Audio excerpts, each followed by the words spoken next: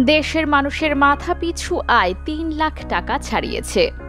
চলতি অর্থ বছরের সাময়িক হিসাবে দেশের মানুষের মাথাপিছু আয় দাঁড়িয়েছে $২,৭৮৪ বা ৩,০৬,১৪৪ টাকা। এর আগের অর্থ বছরে ২০২২-২৩ মাথাপিছু আয় ছিল $২,৭৪৯ বা ২,৭৩,৩৬০ টাকা।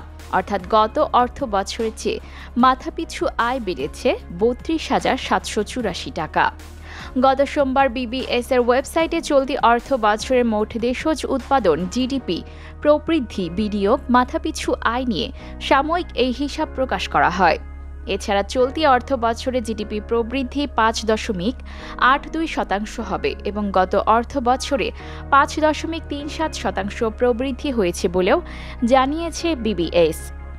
তারা বলছে, চলতি অর্থ বছরে প্রধান ও অপ্রধান ফসলের সাময়িক হিসাব ব্যবহার করা হয়েছে। কৃষিখাতে চলতি অর্থ বছরের সাময়িক হিসাবে ৩.২১% প্রবৃদ্ধি প্রাক্কলন করা হয়েছে। সাময়িক হিসাব অনুযায়ী চলতি অর্থ বছরে শিল্প খাতের প্রবৃদ্ধি ৬.৬৬% প্রাক্কলন করা হয়েছে। গত অর্থ বছরের চূড়ান্ত হিসাব অনুযায়ী সেবা খাতের জিডিপির প্রবৃদ্ধির হার ছিল ৫.৩৭%। গেল অর্থ বছরের তুলনায় চলতি অর্থ বছরের সেবা খাতের প্রবৃদ্ধির হার ০.৪৩% বেড়েছে। এদিকে চলতি অর্থ বছরের সাময়িক হিসাব অনুযায়ী জিডিপির সঙ্গে বিনিয়োগ, দেশজ সঞ্চয় ও জাতীয় সঞ্চয়ের অবস্থাও তুলে ধরেছে বিবিএস। প্রতিষ্ঠানটি বলছে, গত অর্থ বছরের তুলনায় বিনিয়োগ বৃদ্ধি পেয়েছে ০.০৩%, দেশজ সঞ্চয় বৃদ্ধি পেয়েছে ১.৮৫% এবং জাতীয় সঞ্চয় বৃদ্ধি পেয়েছে ১.৯১%।